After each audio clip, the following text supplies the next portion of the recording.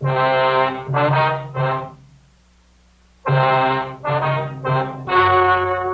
story you are about to hear is true. Only the names have been changed to protect the innocent. Fatima Cigarettes, best of all long cigarettes, brings you Dragnet.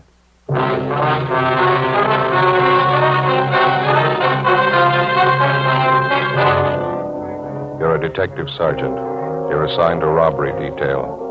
For 3 months, you've been tracking a pair of hold-up men. There's no pattern to their operation. They're young. They're brutal. Your job, stop them. You'll be amazed when you compare Fatima with other long cigarettes. You'll find they now cost the same. But in Fatima, the difference is quality. You see, Fatima is the quality king-size cigarette because it contains the finest Turkish and domestic tobaccos superbly blended. And Fatima is extra mild with a much different, much better flavor and aroma than any other long cigarette. So compare Fatima yourself. Fatimas now cost the same as other long cigarettes, but your first puff will tell you... Ah, that's different. Yes, in Fatima, the difference is quality. Ask your dealer for Fatima, the quality king-size cigarette. Best of all long cigarettes. Start enjoying Fatima tomorrow.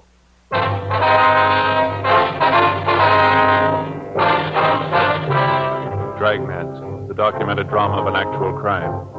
For the next 30 minutes, in cooperation with the Los Angeles Police Department, you will travel step by step on the side of the law through an actual case transcribed from official police files.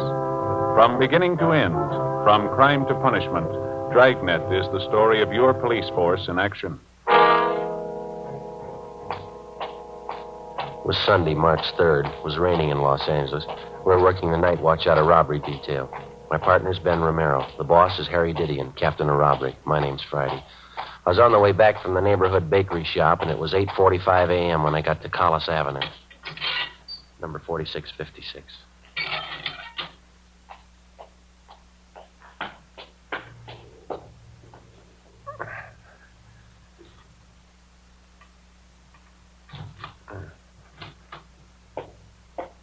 Joe? Yeah. What happened? Wasn't the bakery open? Oh, yeah, it was open. I got the stuff right here. Oh, they have any raisin bread? Yeah, right here. How about the butterhorn? No, they don't make those on Sundays anymore. I got bear claws instead. Okay, well, let's get this stuff open. Okay. All right. Here we are. Uh-huh. Where do you keep your eggs? In the refrigerator, right over there. Uh-huh. Find them? Yeah, I got it. You know, Joe, I don't like to say anything, but I can't keep coming over here to your place every morning. Well, it was your idea. Nobody asked you. Yeah, but I know how you are. You don't know how to cook a decent breakfast for yourself. Is the coffee ready yet? No, it's not perking yet. Hey, you sure there's nothing wrong with this pot? It's been on for 10 minutes. Yeah, well, you forgot to plug it in. Oh, uh-huh. Now, let's see. Well, what do you want? Well, better put the toast on. You always make the toast before you cook the eggs? Yeah. You remember yesterday the toast was pretty cold. Oh, yeah, that's right. I better hold off for a minute. Yeah. Scrambled eggs okay? Well, we had them yesterday. Oh, yeah, that's right. Is that the only way you know how to fix them? I know what you'd like. One of my Spanish omelets.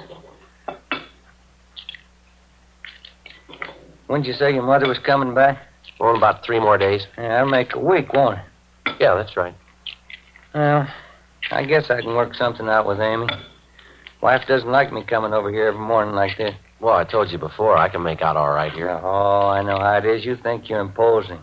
You'd be lost without your can opener. Say, is this omelet of yours going to take very long? We haven't got very much time, you know.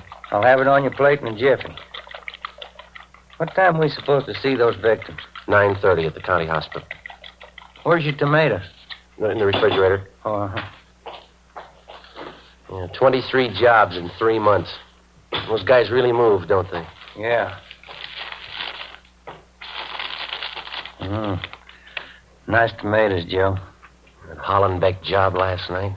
Vicious punks. Yeah, there's no reason to work the old man over the way they did. What'd the doctor say? Well, he's going to get over it all right, but they kicked out all of his front teeth. He's 50 years old. Same M.O. Every job. Aren't you going to peel those? No, skins are good for you. Now, you got a nice big Bermuda? Bermuda onion. Oh, yeah. I'll get you one. Kids. 19, 20-year-old stick-up artists. Knock a man's senses for $50. Robbing, slugging, kicking their way around the city. Yeah. This'll be one bunch I'll be glad to catch up with. Here's your onion. Good. Well, now, wait a minute. You're going to peel that, aren't you? And lose half the flavor? I don't know. I always peel them. I see now. There now. Now mix the whole works together.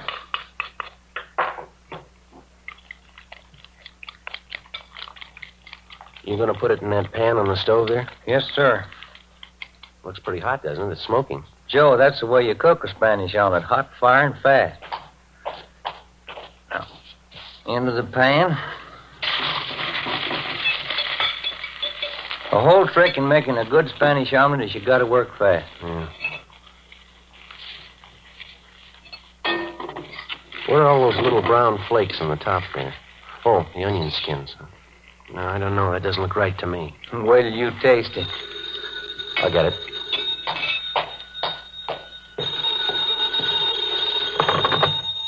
Friday talking. Elton Young, Joe. Romero there with you? Yeah, he's here. You two are supposed to see those robbery victims at the county hospital this morning, aren't you? Yeah, at 9:30. Well, cancel that out. Gonzalez and Powers are covering on that. Yeah, how come? Just got the call. South Grand and Colonial, 211 and slugging. Same description. Looks like the kid bandits. All right, we'll get right on it. It's a newsstand near the corner. Right. Bye. Look at that, Joe. I just took it out of the pan. Yeah, Best Spanish omelet I ever made. that's too bad. We're not going to have time to eat it. 8:55 a.m. We left the house and drove to the scene of the holdup, one door from the corner of South Grand and Colonial Avenue. The victims were Mr. and Mrs. John Wilden, proprietors of a small newspaper and soft drink stand just off the intersection. Mrs. Wilden was being carried to a waiting ambulance when we got there. She was unconscious. From her forehead to her chin, her face was a swollen mass of welts. Her nose had been broken, and she had fractures of the jaw and cheekbone. Her husband, John Wilden, age 56, had a single bruise on his forehead over his left eye. We questioned him after the ambulance attendants gave him first aid. His description of the holdup men tallied almost perfectly. One was a redhead, other one had dark hair. Both about the same height. I'd say they're as tall as you are, officer. Matches, Joe. Kid bandit. Yeah. Had you ever seen either one of these men before, Mr. Wilden, around the neighborhood, maybe? No, never did. I don't know why they picked on Madeline and me for a holdup. We'd never been robbed before. We just got this little hole in the wall here. Don't see how it could look worthwhile to any crook. You usually open up this early on Sunday morning? Oh, yeah, Sunday's one of our big days. You see, we handle all the Sunday papers. You get our big trade from the people going to church up the street there, St. Joseph's. Yes, sir, I see. After the church lets out, most of the people head down this way and pick up the Sunday papers. We sell about 15, 20 papers after every Mass. It's a nice little business, you know. We close up after 12:15. Well, when did the holdup take place? Can you remember that, sir? Well, I'd say 8:30, a few minutes after. I went down to the Athens Cafe down the street there. I wanted to get some change. I left Madeline here to handle the counter. Madeline, that's my wife. Yes, sir. And when I got back, she wasn't behind the counter. I took a look behind here and saw her cash box laying on the cement there, empty, and I didn't know what to think. Mm-hmm. What'd you do then? Well, I pushed through this door here. It's a little dinky storeroom just back at the counter. It's where we keep our supplies, candy and soda water. I see. You mind if we take a look, sir? No. Come right ahead. You see, when I came in, first thing I saw was Madeline. That's my wife. And she was lying there on the boards moaning, had her hands over her face. The two young fellows were standing over her, and both had guns. Mm-hmm. What did they do when they saw you? And they grabbed me and asked for money. I told them I didn't have any. I began to holler for help. One of them slugged me with his gun, and then they ran out. Still a little shaky. You mind if I sit down a minute? Go ahead, sir. Oh, here. Let me get this box for you. Thank you. Say, I wonder if we could get you some water, or maybe a cold drink from the cooler. Oh, no. But you'll find a half pint behind those cases over there, a little brandy I keep put away. Over here? Yes, that's right, behind those cases. I don't usually drink on Sundays. This is an exception, I guess. Here you are, Mr. Weldon. What's that on the floor there, Ben? No, near your foot there. Wait, Let's see. The light's not very good. It's a book of matches. Yeah. Are these yours, Mr. Weldon? These matches? No, I don't carry them. Well, your wife's, I guess, huh? I don't think so. Neither one of us smoke. What's that ad printed on the back here? Big 10 Cafe, steaks, chopped short orders, open all night, West Pico. Do you handle cigarettes and cigars here, sir? No, sir.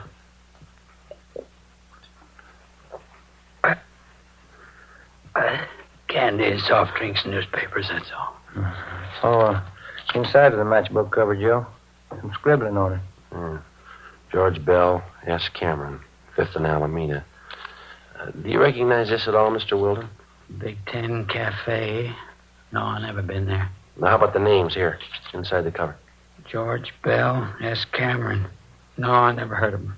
Well, when you first came in here, Mr. Weldon, do you remember where the hold-up men were standing? Not too well. One was over there, and one was over there, I think. Could be, Joe. One of them might have dropped it. Trace them from that matchbook? Do you think that's possible? I don't know yet. How would you trace them that way? Analysis? Some kind of scientific work? No, sir. Legwork. 9:28 a.m. We called Leighton Fingerprints. As soon as they arrived, we dropped Mr. Weldon off at Georgia Street Receiving Hospital to see his wife. Ben and I drove back to the office. We had the crime report typed up and got out a supplementary broadcast on our original APB. We asked Frank Cunningham and R&I to run the names George Bell and S. Cameron through the files for a possible mate. We checked for the restaurant advertised on the cover of the matchbook, the Big 10 Cafe. The manager of the cafe failed to recognize either the names on the matchbook or the descriptions of the hold-up men. 9:52. We checked back in at the office. I'll get it. Robbery, Romero? Yeah, Frank. Yeah. Good, right. Thank you. Cunningham? You got a make on the name George Bell. Another one for Sam Cameron. Both of them run together. Got long juvenile records. Good. You got an address on them? Yeah. Won't be hard to run down. What do you mean? Main jail. 5 days before, George Bell, a laborer, and Samuel Cameron, a part-time jewelry salesman, had been booked at the main jail on charges of being drunk and disorderly. The day after his arrest, Cameron was bailed out. Bell was still in the drunk tank. Ben and I went down to the main jail and talked to him. He didn't fit the description of either of the bandits. He was very cooperative, but he stated that he'd been very drunk and he couldn't remember too much. Just don't know, Sergeant. Sam and I went out and tied one on. When it came to, we were here in the drunk tank. You have no idea at all how your names got on this matchbook. I'm trying to think. We're pretty well heated up, Sam and me. That's another thing, that dirty Sam. What do you mean? He gets a friend of his to come up here and bail him out. Think he'd do anything for me? No. I bought the liquor. He lets me sit here now. Dirty Sam. You think he might remember about that matchbook? I don't know. I'm disgusted with him. If you see him, you can tell him that. Just let him know he's off my list. How about the address here on the matchbook, George? It says 5th and Alameda. Doesn't that mean anything to you? Were you and Cameron hitting some of the spots around that area? No, we were messing around over in Dogtown. Didn't get down by Alameda at all. Well, it must have some tie-in for you. 5th and Alameda? No. Only guy I know down there is Sanchez. Wait a minute. Yeah? Just a minute. Sanchez. Gus Sanchez, sure. I wanted to see Gus. I thought he'd put up bail for us. Yeah, go ahead. I got it now. I think I have anyway. It was the morning after, and I woke up here in the tank. Oh, a big head, you know. Really whipped. Mm-hmm. Now, first thing I thought I was out. I figured Gus Sanchez might pop for bail. A friend of mine, you know. Gus works at a bar at 5th and Alameda. That's it. Well, how's it tie in? This other mooch is in the tank next to me. Somebody's popped bail for him, and he's getting out in an hour. So I asked him to call Gus for me, and he said he would. He wrote my name down, and he wrote down Sam's, too. That dirty Sam. And he took down Gus's address. Yeah, 5th and Alameda. You remember what this man looked like when he took your name? Oh, let's see. No, everything was going around. He's kind of tall, I don't know. Would you remember him if you saw him again? Guy did me a favor. I'd remember him. Not like that dirty Sam. Well, how about his name? Did he tell you that? No, I didn't ask him. I should have, huh? You sure about the day this man was released? Positive. The same day I came in, Tuesday. Well, okay, Bell. Thanks very much. We'll be checking back with you. Yeah, all right. Hey, what about this guy? You got a bait with him? Well, maybe if he's the one we want. Yeah, what'd he do? He lost his matches. Ben and I left the drunk tank and went down the hall to check with the officer in charge. We paged through the release book and found that 7 men had been bailed out or discharged from the jail on the previous Tuesday. We went back to the record bureau and had them pull the mug shots on all 7 men. Then we took the pictures back to the drunk tank and showed them to George Bell. No.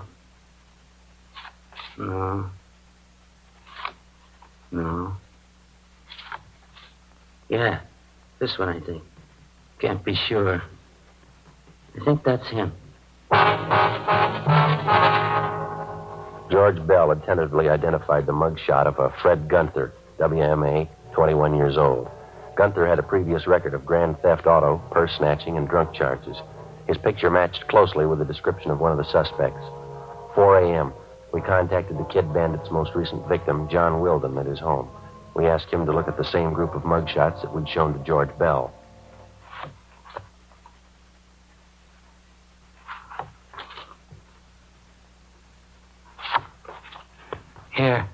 Here, this here. He's one of them. You sure, Mr. Wilden? He's the one who slugged me. Who is he? His name's Fred Gunther. Oh, then you know him. You want me to identify him? Yes, sir, when we find him.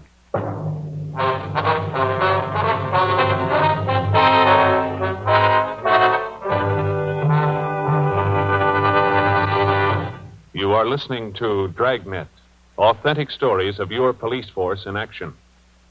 Now, here's an authentic report from Fatima Cigarettes.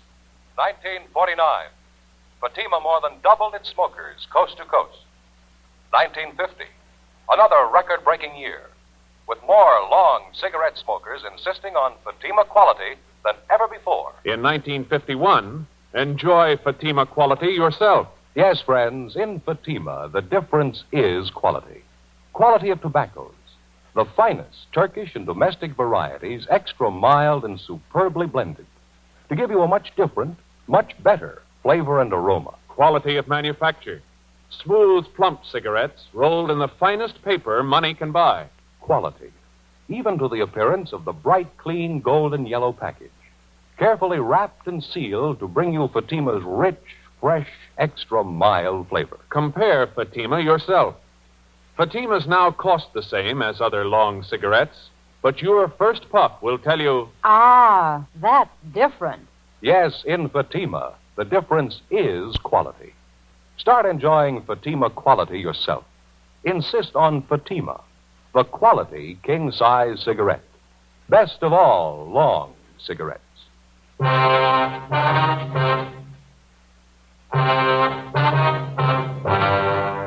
Monday, March 4th, 9 a.m. We checked out the suspect, Fred Gunther. No trace of him at any of his previous addresses. We began checking with the other victims of the Kid Bandits. After a day and a half of legwork, we sat down and figured up the results. More than 2/3 of the victims definitely tabbed Gunther as one of the holdup men. The next step was the record bureau. We had them pull the packages on every one of Gunther's known friends and associates. There were more than 30 of them. We had mug shots pulled on each one of them and made the rounds of the victims for the second time. Approximately half of the victims had singled out one picture as that of Gunther's partner in the holdups. We pulled the package on the man and checked his mama sheet. His name was Harold Reimers, WMA, age 19. Previous record included car stripping and one charge ADW, no conviction. Friday, March 8th. We continued our check of the friends and associates known to the two suspects, Gunther and Reimers. We got nowhere. 2 weeks passed. On March 23rd, we got a tip from an informant about a girlfriend of Fred Gunther's, a vocalist working at a downtown dance hall during intermissions. Long haul. Yeah, one more flight. Mm-hmm. Climb 4 flights of stairs and then they expect you to dance. Yeah. Well, I guess this is it. Yeah, come on. Big enough floor, huh? Well, it shows a little wear. The place has been here for years. Look at those walls and that ceiling. Sure could use a fresh coat of paint. Is her name Stanley? Is that right? Yeah, that's it.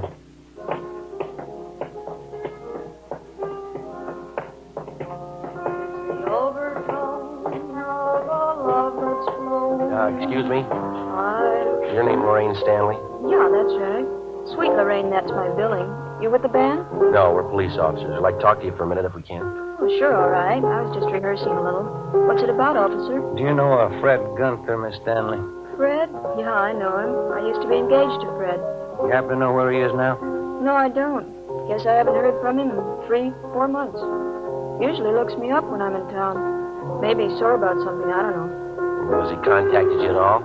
Not since I got back from Bakersfield a month ago. I played 32 weeks in Bakersfield, the Ramble Inn. Sure hated to leave, nice place. Where does Gunther stay in town? Do you happen to know that? Used to be that hotel on South Flower. Called him there, but they said he moved. Used to like Fred a lot. Not enough to marry him, though. Do you have any idea where he might have gone, where we could contact him? No, I really don't. Nothing wrong, is there, about Fred, I mean? No, it's just a routine investigation. We'd like to talk to him. What's it about? Can you tell me? It's a robbery investigation. We want to locate Gunther. Do you happen to know any of his friends here in the city? No. Maybe that's why he didn't call. He's in trouble.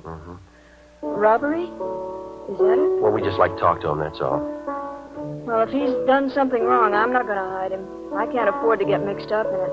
I've got a career to think about. I've worked too hard to throw it away. Well, how about the places Gunther usually visits, Miss Stanley? Bars, restaurants. You know any of those? Yeah, I remember a few. I can give you the names if you like. Poor Fred. I hope he didn't do it for me. Ma'am? Fred says he's in love with me. I don't know. He thinks I want money. Maybe that's why he's doing it. I told him, but he never believed me. All I want is my career. Well, do you think that Gunther might come around here to see you? Probably. He usually does when I'm in town. How about where you're living? I'm staying at a different hotel this trip. He doesn't know where it is. Poor Fred. He's going to be awfully disappointed. How do you mean? Oh, he said he was going to get money and buy a ring. He's going to marry me this time. Poor Fred.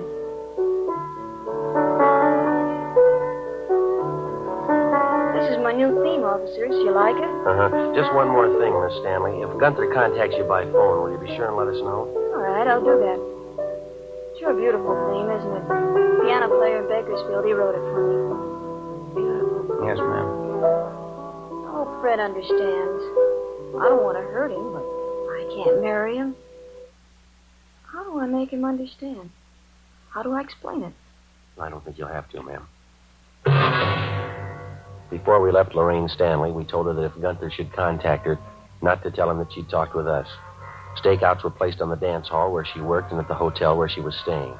Gunther's known hangouts were also covered.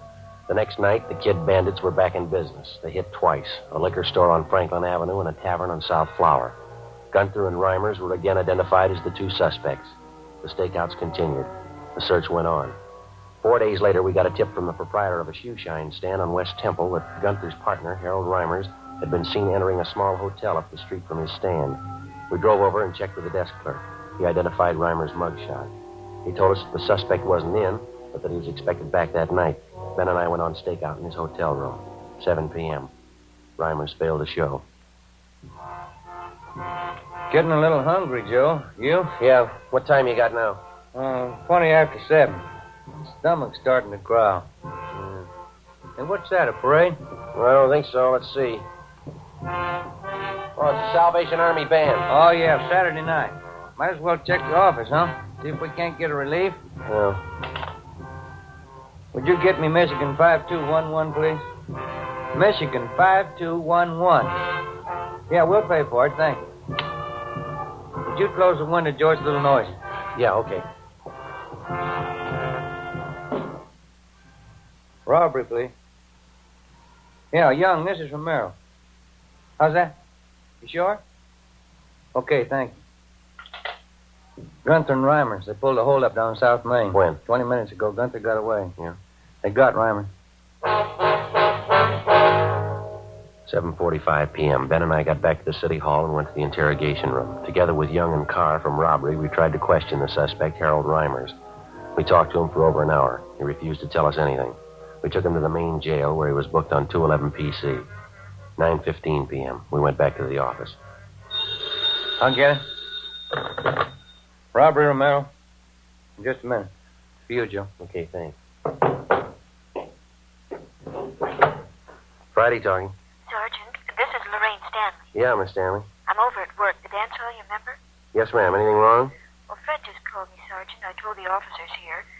Fred Gunther? Yes, ma'am. Where is he? Did he say? No, all he said was he wanted to see me. Yeah? He said he was coming right over.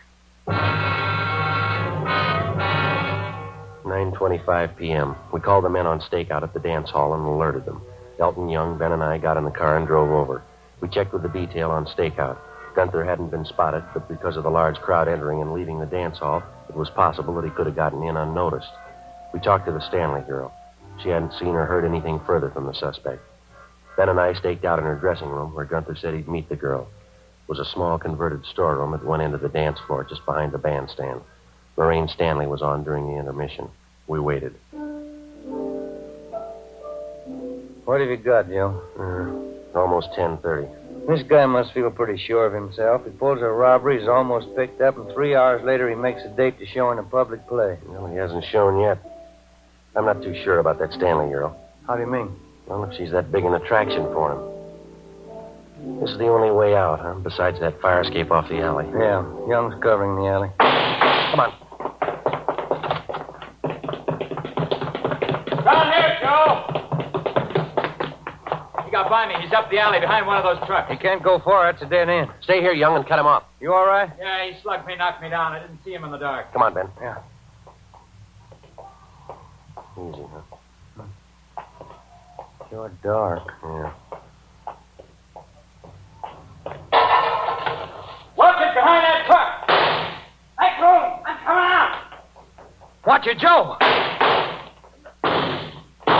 Missed him. Coming at you, Young!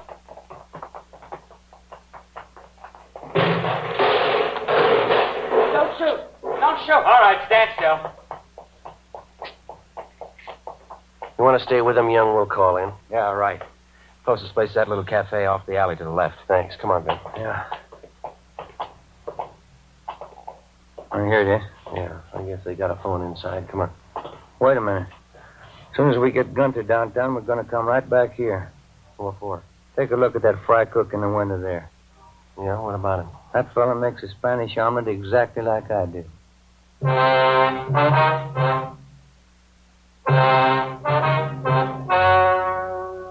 story you have just heard was true. Only the names were changed to protect the innocent. On July 19th, trial was held in Superior Court, Department 86, City and County of Los Angeles, State of California. In a moment, the results of that trial. Now, here is our star, Jack Webb. Thank you. Friends, if you're a long cigarette smoker like I am, remember, in Fatima, the difference is quality. Now, believe me, this difference is mighty important. So important that you'll always remember the first pack of Fatimas that you buy. Fatima's fast-growing popularity backs me up on that. But look, you can prove it to yourself by getting a pack of Fatimas tomorrow. You'll find that they now cost the same as other long cigarettes. And your first pack will convince you to go right on smoking them. Join me and the new thousands who enjoy Fatima's extra mildness, Fatima's rich, better flavor and aroma. You'll discover what all we Fatima smokers know. In Fatima, the difference is quality.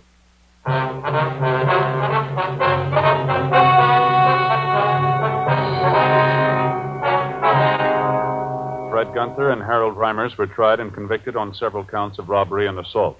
They received sentences as prescribed by law and are now serving their terms in the state penitentiary.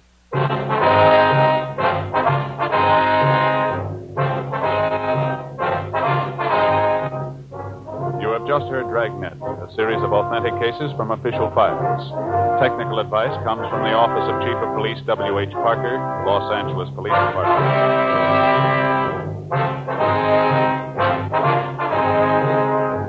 Fatima Cigarettes, best of all long cigarettes, has brought you Dragnet, portions transcribed from Los Angeles.